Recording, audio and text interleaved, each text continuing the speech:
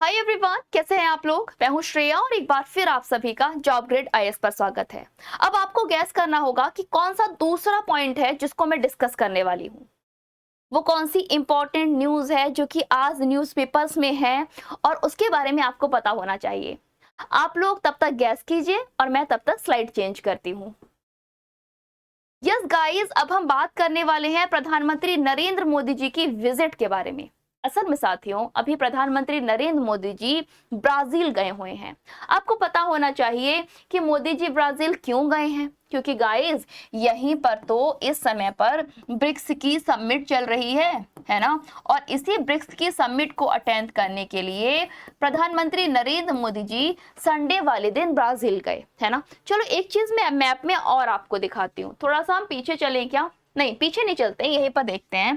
देखो, south America में प्रधानमंत्री नरेंद्र मोदी जी गए अर्जेंटीना, और अर्जेंटीना के पास में तो पड़ता है ब्राजील, है ना। तो मोदी जी ने क्या सोचा, लगे हाथ दोनों को निपटा देते हैं। क्यों? क्योंकि आपको बहुत अच्छे से पता है कि अर्जेंटीना की सीमा किससे लगती है। अर्जेंटीना की सीमा एक तरफ ईस्ट में लगती है उरुग्वे से, ऊपर लगती है पराग्वे से, बोल्विया से, और इधर लगती है ब्राजील से, इधर वेस्ट में लगती है चिली से। तो बस मोदी जी ने क्या किया, अर्जेंटीना में अपनी विजिट को कंप्लीट किया और यहीं से फ्लाइट पकड़ी ब्राजील के लिए और फटाफट से ब्राजील में जाकर ब्रिक्स की समिट 2025 को अभी अटेंड किया है। आइए चलिए अब हम देखेंगे मोदी जी की विजिट क्या रही है ब्राजील में। सबसे पहले हम न्यूज की तरफ नजर डालेंगे। न्यूज क्या है? अभी हाल ही में प्रधानमंत्री नरेंद्र मोदी जी 5 जुलाई को कहां पहुंचे हैं? 4 दिन की यात्रा पर गए हैं ब्राजील। समझ रहे हो, 4, 5, 6, 7, है ना। और कल क्या थी? कल थी 6 तारीख। 6 को क्या था? ब्रिक्स समिट था। तो ध्यान रखना, प्रधानमंत्री नरेंद्र मोदी जी 5 जुलाई को कहां गए हैं? 4 दिवस की यात्रा पर गए हैं ब्राजील, जहां पर उन्होंने 17वें नंबर के ब्रिक्स शिखर सम्मेलन में भाग लिया है। क्लियर बच्चे? ब्रिक्स क्या होता है अभी मैं आपको सारी बातें बताऊंगी। पहले हमको ये समझना है कि ब्रिक्स की मीटिंग हुई कैसे है, क्या हुआ है, सारा डिटेल, एंड फिर मैं बताऊंगी कि ब्रिक्स एक्चुअल में है क्या। ठीक, देखो, प्रधानमंत्री नरेंद्र मोदी जी ने अभी ब्रिक्स की समिट को अटेंड किया है। अच्छा, पहले कुछ बातें इंपॉर्टेंट हम समझते चलते हैं। देखो, ब्रिक्स है क्या? ब्रिक्स है अंतरराष्ट्रीय संगठन जो किसके लिए काम करता है? जो व्यापार पे, जलवायु डिसीजन पर, है ना, इन सभी को सभी निर्णय लेने का काम करता है। ये कुछ देशों का समूह है। लगभग विश्व में 40% देशों के डिसीजन लेने का काम इसी ब्रिक्स समिट से किया जाता है। चलिए अब हम देखेंगे कि इस ब्रिक्स को आप याद कैसे रखोगे। देखो, ब्रिक्स की अगर हम बात करें तो ब्रिक्स में क्या है, आपके लिए एक ट्रिक बताती हूँ। ट्रिक है गुजिया, है ना। JU, गु जिया, ठीक है, यही तो है गुजिया। तो अगर हम इसको साइलेंट कर दें तो आपका जे से क्या आ जाएगा? जापान, या सॉरी, यू से क्या आ जाएगा? यूएसए, जे से क्या आ जाएगा? जापान, आई से क्या आ जाएगा? इंडिया, और ए से क्या आ जाएगा? ऑस्ट्रेलिया। ठीक है, तो ये सब आपके क्या हो गए? ब्रिक्स कंट्रीज हो गए। क्लियर? अब सुनो, प्रधानमंत्री नरेंद्र मोदी जी ने ब्रिक्स समिट को अटेंड किया है। कहां पर? ब्राजील में। ब्राजील में भी कहां पे? तो ध्यान रखना, रियो डे जनरियो में आपकी अभी 17वें नंबर की ब्रिक्स की समिट की गई है, मीटिंग की गई है। यहाँ पर क्या होगा, कुछ देश आएंगे एज अ मेंबर, कुछ देश आएंगे एज अ इनवाइटी, और सब मिलकर कुछ बायलैटरल डिस्कशंस करेंगे, है ना। सभी के बीच में कुछ द्विपक्षीय वार्तालाप की जाएगी, है ना। ये वार्तालाप शुरू करने का काम कौन करेंगे? तो ध्यान रखना, जो कंट्री होस्ट करता है वहीं का लीडर करता है। तो अभी हमारा कहां पर होस्ट किया जा रहा है? ब्राजील में किया जा रहा है। तो ब्राजील के राष्ट्रपति, जिनका नाम है लुइस इनासियो लूला, है ना। तो लुइस इनासियो लूला द सिल्वा इसको शुरू करने का काम करेंगे, इस वार्तालाप को बढ़ाने का काम करेंगे। किसके साथ में? अलग अलग देशों के साथ में। और इसी बीच में भारत और ब्राजील के स्ट्रेटेजिक रिलेशनशिप पर भी बात की जाएगी। क्यों की जाएगी? जिससे कि इस रिश्ते को मजबूत किया जा सके और पार्टनरशिप को आगे बढ़ाया जा सके। डिस्कशन किस किस टॉपिक पर हमारे और ब्राजील के बीच में होने वाले हैं? तो ध्यान रखना, डिफेंस पर इंडिया ब्राजील के साथ में ब्राजील ब्रिक्स समिट पर बात करने वाला है। स्पेस पर बात होगी, एनर्जी पर बात होगी, कॉमर्स पर बात होगी, टेक्नोलॉजी पर भी हम निर्णय ले सकते हैं, एग्रीकल्चर्स पर बात होगी और कम्युनिटी एंगेजमेंट पर भी बात की जाएगी। चलिए अब हम बात करते हैं ब्रिक्स के बारे में। अबाउट ब्रिक्स, क्या है ब्रिक्स? देखो, अगर हम ब्रिक्स की बात करें तो ये क्या है? ये एक समिट है, एक शिखर सम्मेलन है ना। अभी हाल ही में जब हमारा ऑपरेशन सिंदूर हुआ था, उसके बाद प्रधानमंत्री नरेंद्र मोदी जी ने ये पहला कदम ब्राजील में रखा है, जहां पर इंडिया के जो लोग वहां पर रहते हैं या फिर भारतीय मूल के लोग वहां पर रहते हैं, उन्होंने उनका भव्य स्वागत भी किया है। प्रधानमंत्री Narendra Modi ji emphasise unified global action against terrorism. यहाँ पर क्या हुआ है, प्रधानमंत्री नरेंद्र मोदी जी ने ब्रिक्स समिट में टेररिज्म के अगेंस्ट एक बड़ी आवाज उठाई है, साथ में बुलावा भी दिया है वैश्विक कहना चाहिए ग्लोबल एक्शंस के लिए, कि जो हमारा टेररिज्म पूरे ग्लोबल प्लेटफॉर्म पर फैला हुआ है उसको खत्म करने के लिए कार्यवाही की जाए या फिर कुछ एक्शन लिया जाए ग्लोबल प्लेटफॉर्म पर। इस पर भी उन्होंने जोर दिया है। साथ में opposition to it without political convenience and the selectivity। और इसके साथ में जो लोग हैं जिनके जो इस चीज के अगेंस्ट है या फिर जो टेररिज्म को बढ़ाने का काम कर रहे हैं, उनके अगेंस्ट भी इस यहाँ पर आपत्ति जताई है भारत ने। ठीक है, चलिए अब हम बात करते हैं नेक्स्ट पॉइंट के बारे में। दूसरा, ही ऑल्सो हाईलाइटेड, प्रधानमंत्री नरेंद्र मोदी जी ने एक पॉइंट और हाईलाइट किया है। पता है किस चीज के लिए? उन्होंने हाईलाइट किया है आर्टिफिशियल इंटेलिजेंस के महत्व के लिए। उन्होंने कहा है कि आर्टिफिशियल इंटेलिजेंस को बढ़ाया जाए, उसको इंक्लूसिव किया जाए, है ना। किसी एक देश के हाथ में आर्टिफिशियल इंटेलिजेंस नहीं रह सकता, टेक्नोलॉजी नहीं रह सकता। यानी कि आर्टिफिशियल इंटेलिजेंस के महत्व को बताया और साथ में उसको इंक्लूसिव करने का सुझाव भी दिया है। आपको ध्यान होगा इस बार जो अभी आर्टिफिशियल इंटेलिजेंस समिट 2025 हुई थी, ये आपकी कहां पर हुई थी बताओ?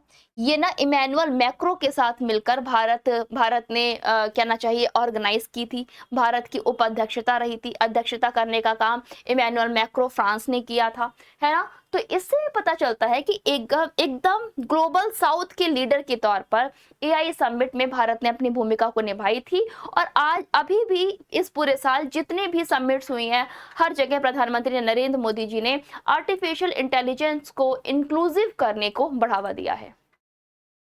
चलिए अब हम बात करते हैं एक और पॉइंट के बारे में। आपको पता ही होगा कि जो एआई समिट इस बार हुई थी वो फ्रांस में हुई थी, बट अब जो होने वाली है वो भारत ऑर्गेनाइज करेगा। ठीक, BRICS leaders welcome India's candidacy to host COP33। साथ में गाइस देखो यहाँ पर बहुत इंपॉर्टेंट पॉइंटर्स हैं आपके।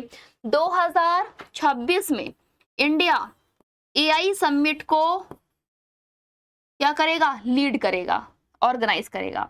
इसी के साथ में 2033 में COP33 के लिए 2028 में COP33 को इंडिया ऑर्गेनाइज करेगा। और ये डिसीजन कहां पर लिया गया है? इस ब्रिक्स की मीटिंग में लिया गया है। ठीक है, reaffirming their commitment to climate action and Paris agreement. ये क्या कर रहा है? इस यहाँ पर ब्राजील के प्लेटफॉर्म पर भारत का स्वागत किया गया है COP33 की मीटिंग को ऑर्गेनाइज करने के लिए। किसके लिए? जिससे कि जो हमारी क्लाइमेट प्रॉब्लम है या फिर क्लाइमेट एक्शंस हैं उसको शुरू किया जा सके और जो हमारा पेरिस एग्रीमेंट है उसको दोहराया जा सके। यहाँ पे मोदी जी ने क्या क्या किया है, चलिए उस पर नजर डाल लेते हैं। प्रधानमंत्री नरेंद्र मोदी जी ने जो भारतीय मूल के लोग हैं उनसे मुलाकात की है ना। साथ में जो इंडियन डायस्पोरा है या फिर समुदाय है उनके साथ में डिस्कशन किया है। Expressing gratitude to their enthusiastic welcome. जो वहाँ के भारतीय मूल के लोग हैं जिन्होंने उनका स्वागत किया है, उनको थैंक यू, ग्रेटिट्यूड उनको शो किया है ना, उनके लिए थैंकफुल फील किया है। And highlighting the role of community, और अपने कम्युनिटी के रोल को हाईलाइट करने के लिए, समुदाय को मजबूत करने के लिए जो मेन पॉइंटर्स हैं उनको हाईलाइट किया है, जिससे कि इंडिया और ब्राजील के रिश्तों को मजबूत किया जा सके। बॉर्डर कॉन्टेक्स्ट पर भी नजर डाल लेते हैं। गाइस अगर हम इस विजिट की बात करें तो प्रधानमंत्री नरेंद्र मोदी जी इस समय 5 देशों की यात्रा पर है ना, जिसमें घना की यात्रा मोदी जी ने कर ली है, त्रिनिदाद टोबैगो की यात्रा मोदी जी ने कर ली है, अर्जेंटीना की भी कर ली है, ब्राजील की चल रही है और उसके बाद नामीबिया जाने वाले हैं। एक बड़ी नजर रहेगी नामीबिया के सफर पर कि मोदी जी नामीबिया जाएंगे तो किस किस पॉइंटर्स पर डिस्कशन करने वाले हैं। It mark the first bilateral visit. ये क्या मार्क कर रहा है? ये इस बात को प्रदर्शित कर रहा है कि प्रधानमंत्री स्तर पर ये पहले ऐसे प्राइम मिनिस्टर रहेंगे जिन्होंने पिछले 60 साल में ब्राजील की यात्रा की है। यानी कि 6 दशक में 60 डिकेड्स के बाद अब कोई ऐसा प्रधानमंत्री है जिन्होंने ब्राजील की यात्रा की है।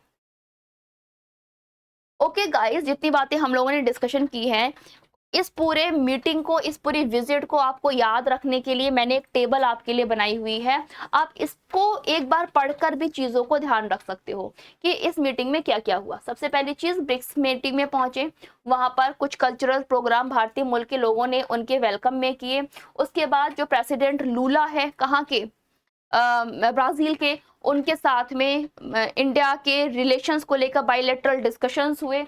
साथ में प्रधानमंत्री नरेंद्र मोदी जी ने एक टेररिज्म के अगेंस्ट काम करने के लिए अपनी मांग की, है ना, कि सबको एकजुट होना चाहिए। ये ब्रिक्स समिट के टाइम पर हुआ।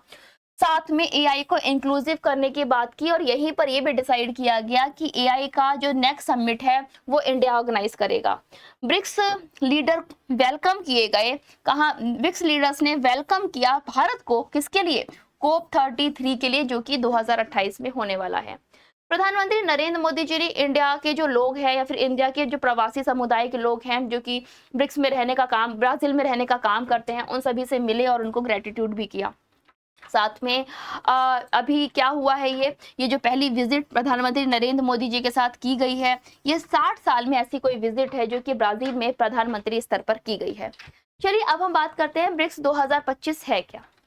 बहुत सारी हमने बात कर ली है। सबसे पहली चीज, ब्रिक्स के मेंबर कौन कौन से हैं? Brazil, Russia, south Africa, China and India. ये आपके मेजर इस समय अर्थव्यवस्था, जिनकी सबसे हाईलाइटिंग कहना चाहिए अर्थव्यवस्था है, उसका पूरा एक ग्रुप है। वहीं पर अगर हम बात करें समिट के बारे में, तो पहली समिट 2019 में रशिया में की गई थी। उसके बाद फर्स्ट समिट की फर्स्ट ब्रिक्स शिखर की तुमने बात कर ही ली। अगर हम फर्स्ट ब्रिक्स समिट की बात करें जो कि साउथ अफ्रीका में की गई थी, ये 2011 में की गई थी। अब हम बात करते हैं ऑब्जेक्टिव्स के बारे में। ब्रिक्स का उद्देश्य क्या है? ब्रिक्स का उद्देश्य है शांति, सुरक्षा और विकास, ठीक है।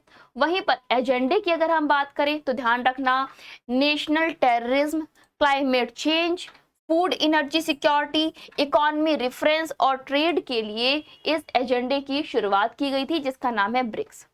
देखो मैंने एक टेबल भी आपके लिए बनाई है जिससे आप देख सकते हो कि ब्रिक्स के समिट कब कब ऑर्गेनाइज किए गए। जैसे कि 2009 में रशिया में पहला ब्रिक्स समिट किया गया था।